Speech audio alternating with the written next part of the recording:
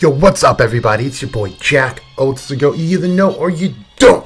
So, no intro in this video because I don't have a Boruto intro yet. Working on it. I know there hasn't been a ton of Boruto content since like the beginning of this channel, and that's just because like I'm really bad at coming up with theories for Boruto. I mean, they've been setting up the story for a while, and not to say it's been like not worth talking about, because it absolutely has. But I want to give you guys more content than just like a review. I want to give us something to think about. So this chapter did exactly that. This chapter was straight up fire. Dropped so many just info bombs on the Boruto fandom, and I just want to say, if you've been a Naruto fan, this is probably hyping you up just as much as it hypes me up. I'm not even gonna spend a lot of time on just like saying this, but like Naruto is what really got me sold into anime and manga mostly. Just the story resonated with me. I grew up with Naruto and Sasuke, like literally around the same age spans and everything. So to see all of this progress and develop is amazing, and to see Boruto take these leaps and bounds in character so early on is amazing. But that's all I really want to say for this, because I want to get into this. If you read it, you already know that they are in a pretty dire situation. Ishiki is out here stepping on Sasuke's neck, and he's smashed like this giant block of whatever that thing is directly on top of him. Looks like Sasuke barely made it out of that one alive and okay to get up. But there's something I want to say. First, as far as development goes, they're doing an amazing job on developing Boruto. This one chapter did so much for his character. He was willing to put his life on the line. Now, we saw that talk that they had last chapter about how Boruto shouldn't really come to the battlefield unless he's ready to die. He needs to be ready to take on that burden of a shinobi. And Boruto does that in that same chapter, but then in this one, he triples down on that notion. And I mean, I did not expect Boruto to take on the capacity of a lot of fans were saying should happen to Kawaki. Because remember, when Kawaki had karma, people are like, you know what, they should just off this kid, and the whole threat is just null and void. And not that they're wrong, but it's just like, you know, we're talking about Naruto, and they're not going to do this to this kid. But you know, a lot of the fan base, maybe I won't say the fan base, there was just a lot of spectators, we'll say, was saying they should just kill Kawaki. This whole story would be over. When Boruto finds out that his role in this kind of expedites this whole thing, he threatens to kill himself, and he almost goes through with it, but Ishiki stops him. So I just want to say Boruto is shaping up to be one badass MC. Now, to get into what's going on, we see Naruto's final form. Now, I don't even know what this form is going to be. I have no theory on this. This is not really what this video is on. It's about how we are going to get from here to Kawaki getting karma back and getting Naruto in a place where Kawaki trapped him. So that's something we got to talk about. And I think we got enough pieces to kind of start making theories. And before I even get into this, I just want to say I'm not trying to be right about this, but I do want to open up a discussion. So we see Kurama tell Naruto that this move, whatever they're doing, this final just Kurama Naruto move that they're doing is going to kill them both. Now, we know Kurama can't die, but it's going to take him years to revive. And that's really important, so I want you to note that. It's going to take Kurama years to revive once this whole thing is done. So, with Naruto dead, this leaves the whole planet utterly defenseless. They do have Sasuke if Sasuke survives, but even Sasuke knows that Naruto is essentially the stronger out of the two. I'm not saying Sasuke is not strong, but his strength is more in strategy and making an opening where there isn't one. And you see that in the fight against Momoshiki. He's taking those vital cuts while Naruto's opening up some positions for Sasuke to take advantage of. So and vice versa. When he set up Naruto for that giant punch, at the end of the Demon Wind Shuriken, like plus 5,000, After that move, that's how they fight. And so Naruto is the more powerful one, where Sasuke is the more strategic and skillful one with some pretty hacks powers as well. I want to, when I think about theories, I have to remind myself, like, okay, this is also still shonen, right? So there's not going to be like berserk amounts of deaths in that series if it's shonen. So we have to figure out how and if characters can be saved. So if Naruto dies, then that's kind of it. Like, Ishiki's won the battle, because it's going to take Kurama much longer to revive, probably than it will for Ishiki to pull off his plan, if that happens. So what I'm thinking is that we do see Sasuke witness this transformation with everyone else.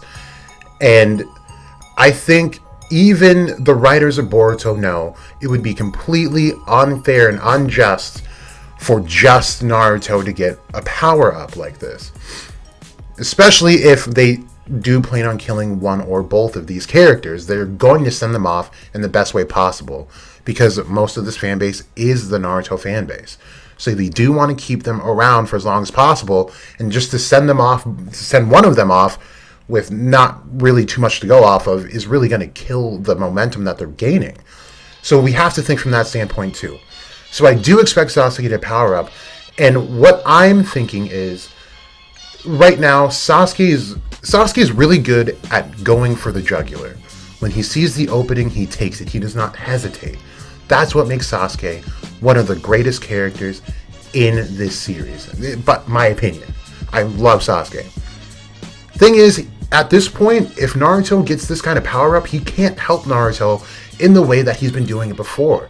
There's going to be a huge gap, and he doesn't want to get in the way of that. So what is the next best thing Sasuke can do while staying in this battle and staying useful? And that's going to the Ten Tails. And I think their best bet is to nuke the Ten Tails via Sasuke. Sasuke needs to go through that portal, get back to where he found the Ten Tails, and use Shinra Tensei like he did on all 9 of the Tailed Beasts. And he can go one of two ways with this. He can Shinra Tensei it, Susanoo up, and then take the power from the Ten Tails and join this fight with Naruto. What I would really like to see, though, and I've been saying this, I swear, since Sasuke got his Susanoo initially, was that he needs to condense his Susanoo so that it's skin tight like an actual armor plating instead of this giant thing. Because although it looks really cool to be a super giant, honestly, it's not too effective when it comes to just swinging at, especially a guy who's going to get super small when you try to swing at him. So it's cool, but you want to make it condensed so that it's more potent. Just like when we see Naruto, when he's fighting Orochimaru in Four Tails, he makes a tailed beast bomb, but then he eats it instead of shooting it. He also condenses it before he eats it. And then he blows up, and then he just shoots out a bunch of chakra. That's what you got to do. But I do want to see him at least take the Ten Tails power, because I think we can safely assume that Sasuke at this point can. I know he has been weakened by this battle, but it's do or die at this point. So if he does that, he can join the battle, and this would make for a really, really good fight, and it would make sense too. This is not an ass pull.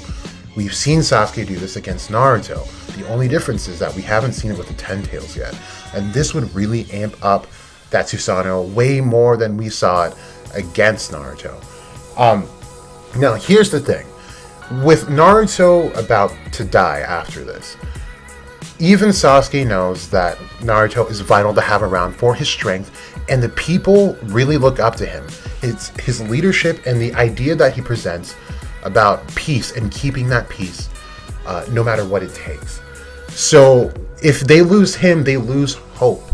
And Sasuke, even if he thought he was stronger than Naruto, just outright stronger, Sasuke is the shadow of the leaf, and he's going to continue this trend of the Uchihas pushing the village forward as they have been for the most part. When I say Uchihas, I mean like Itachi, Shisui, those types of characters. So I see him taking on that role still.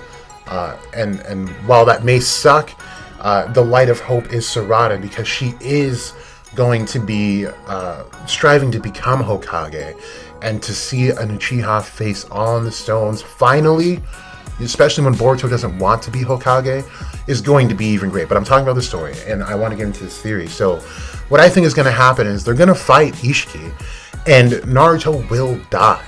There's no ways around this.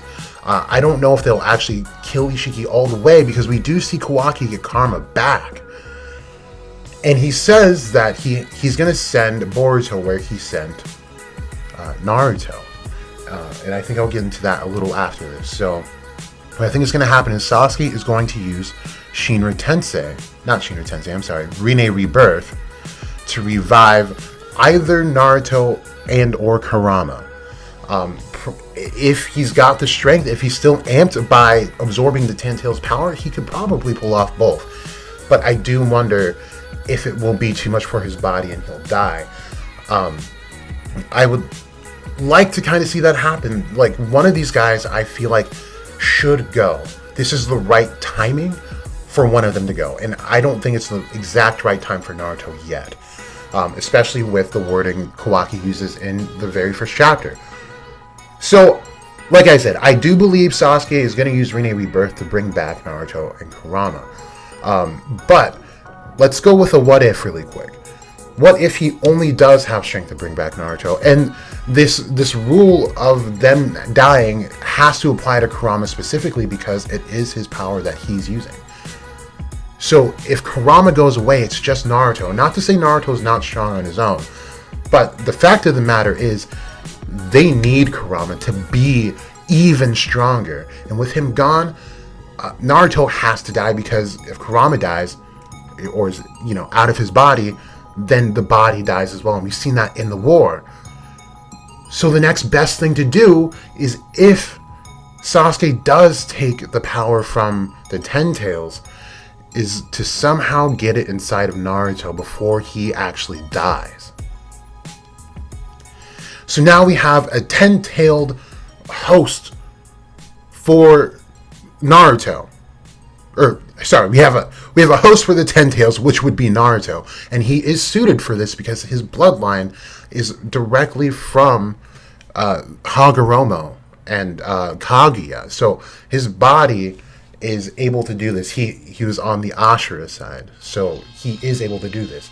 Now, to get into why Kawaki says, I'm going to put you where I put Naruto, is alluding to the fact that Naruto's not dead, but he's captured somewhere, like, I don't know, in a tea kettle this time, and they're saving him to complete this plan, because he would be the new Ten Tails host, which means we still have a Ten Tails, but somehow they got the means to capture Naruto for them, and they did it, and they kept him so that they could use the plan later, for whatever reason.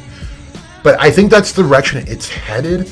I know there's some flaws here and there. I'm doing the best I can, but I wanted to open up that conversation really quick, because this is really intense, and the boys are in a lot of trouble. I don't know what we're going to see from Boruto, but before I go, I do want to pose this question. Ishiki says straight out to Boruto that he is going to become food for the Ten Tails so that this tree can be cultivated. Now, that's all well and good, and we know that the Otsutsuki have been doing this. This is what Kinshiki was supposed to do with Momoshiki, and this is what Kaguya was supposed to do for Ishiki until she betrayed him. But my question is, with the tablets set up the way they were, those giant stone carvings of the Otsutsuki, it's obvious the rank is the top one, and then the bottom one is the sacrifice. So if Momo was supposed to have Kinshiki be the sacrifice, think of Momo's character. Is he really going to let a guy like Ishiki, this really just pompous asshole, really do this and use him as a sacrifice? I think it's going to be a huge war between Ishiki and Momo. I don't think this war is going to get settled here and now, and I think we see that in the very beginning. Somehow Ishiki's going to find a way out of this. He seems to be really good at that. And like I said, I don't see Momo just bowing down to the fact that, oh yeah, we're both from the same clan. All right, I'm on board, even though I didn't really sign up to be a sacrifice. I don't see it happening. They're both too prideful for something like that to happen. I can definitely see Momo turning the tables and saying, you know what? No, I want you to become my food because I'm better than you. That's what I think is going to happen. Other than that, this has been Jacko's to Go. Please subscribe to the Twitter. A lot of Black Clover stuff on there, but there's just mostly like a lot of Chainsaw Man stuff on there. Other manga and anime. I'm down to talk about anything, but you guys follow the Twitter if you want to. Don't have to. Subscribe, like, unlike, do what you gotta do. Do what makes you happy. Stay safe, stay healthy. It's been Jacko's to Go. You either know or you don't.